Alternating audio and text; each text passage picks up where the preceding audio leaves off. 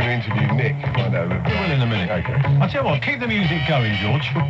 Let's have a chat with Nick before we play the clips. Nick, to the On the Bus's music. Good afternoon, Nick. Good afternoon, Paul. Good to see you. Let's find the letter Nick, you sent.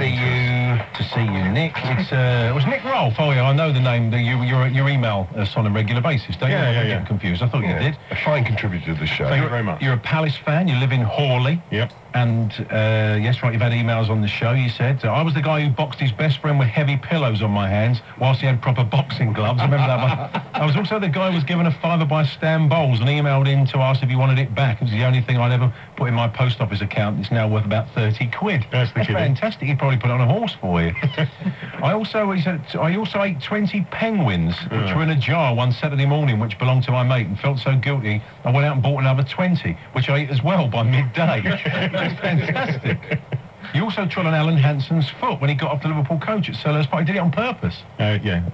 Did he play well that day or not? No. We won the game, so it was fantastic. He celebrated with a penguin. Yeah, of course he did. All 40. Oh yeah, all 40. That's right. Yeah. Does that take a bit of doing, eating 40 penguins? No. It's surprisingly easy. They weren't pleased at London Zoo. Anyway, it's Clips Gold now. Some old classics from the past. We've got some more from this year coming up shortly. But first, we're going to start with a classic time check from Alan.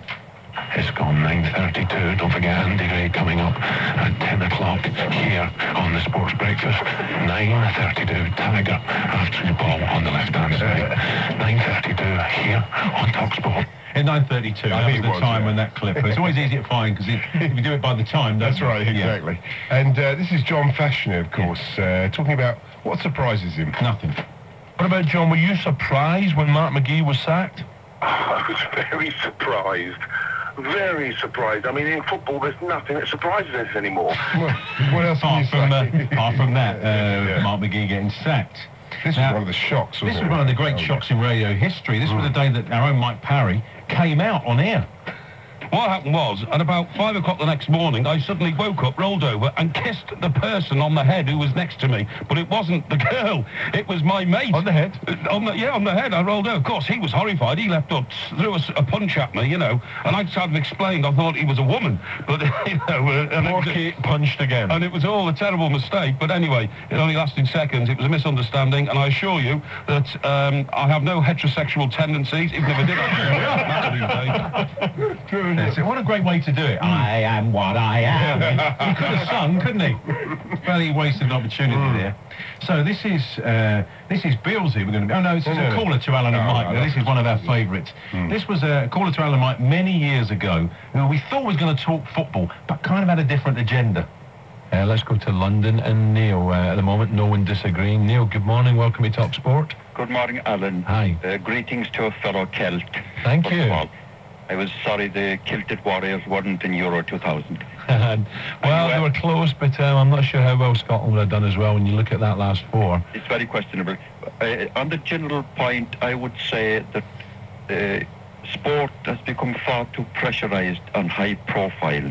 Right. And I would say that sport needs a completely new direction.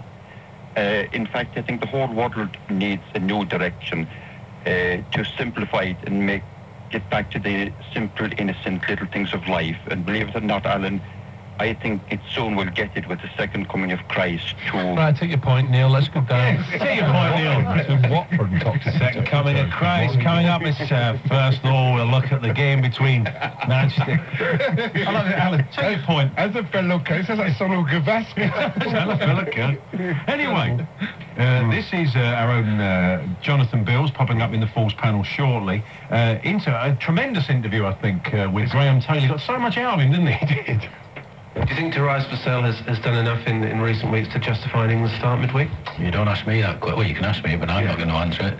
It's the England manager's job to answer those questions, not mine. Well, what's your personal view? If I had a personal view, I wouldn't tell you. I'd be answering the question that you just asked me that I'm not going to answer. Okay, but even as an England fan, Graham? Are you even going to consistently ask me the question which I've just told you I'm not going to answer? Okay. There we are. That told him. That's right. Didn't put him off, though. Now, this was Beaky with a classic piece of Partridge, wasn't it? Talking about the opposite sex. quite a few sort of girls that go to university, pre-girls, you know, that I've seen go to university end up with pints of ale in their hand. And if there's anything less feminine than that, Paula, I don't know what is really, apart from perhaps facial hair on a girl. I like that. I like that in a woman myself. The bearded lady at the circus. Oh, bless. Right, this is Alvin Martin, isn't it? This is a classic. I'm talking to News of the World journalist Rob Beasley. Well, we think so. 9:33, 3 till 10 o'clock. Alvin Martin in the chair with Rob Beasley of the world. Yeah. Rob Beasley. Aren't we all? Rob Beasley of the world. Of the world, That's right, yeah. This is Paul from Brighton. Paul from Brighton, who we hope might call in today. 08704 20 20 20, a long-time friend of the show. And Paul here did an impression of an old mate of ours, an old presenter on the station. What have you got for us this morning, Paul? Join. I'm delighted to say, joining me this morning on the it's rounding its seasons. Shut up, Michael. I'm talking. I'm delighted to say, hello, Shell. I really love you. Delighted to say, join me now on the season, rounding its season ticket. A man who makes half a mullard sound posh. It's Barry Fry. Hello, Barry. Hello, Tom. How are you? Hello. Well, Barry, what happened in the week? Well, you know, I was in with the chairman. There he is. That's a brilliant Barry Fry. It was a very good Barry Fry. Oh, God. Yeah. One of the overnight broadcasting legends in this country. That's right. Is a man called Dutch Holland. What's his first? Joe. Joe Dutch Holland. He was our producer. He was our producer, wasn't he, for a while? He's been a producer, he's been a presenter, been a weatherman. I think he's done it all. He's done it all. He's been a weather girl, I think, as well. And here he was in his overnight show, which I used to love, actually, on the dangers of vegetables. The funny thing is just how much Victoria Beckham seems to be loathed. This is what I can't understand. Apparently at a recent performance she had fruit and vegetables thrown at her. Poor girl. And they can be lethal. I remember a little while ago there was a phase of a hooligan throwing vegetables out of a speeding car. And he caused no end of damage. Oh, yeah. I think he actually murdered someone with a turnip, didn't he? Thrown at very, very high speeds. I was once told that if you drop a pea off the Empire State Building, that could cause death. Nasty business. It shouldn't be laughed at. Fair enough. It shouldn't be laughed at. Some poor celebrity having fruit and vegetables thrown at them. I suppose rotten tomatoes, well, you can just about excuse that. Eggs maybe. But the trouble is with eggs, what if they hit the celebrity on the temple, sharp end up, so to speak? Because I was once told that an experiment was done with an egg and it was dropped from a helicopter. Why? And it landed sharpest end down. Oh, yeah. Sharpest end first, and it didn't crack. So presumably, must be a tremendous force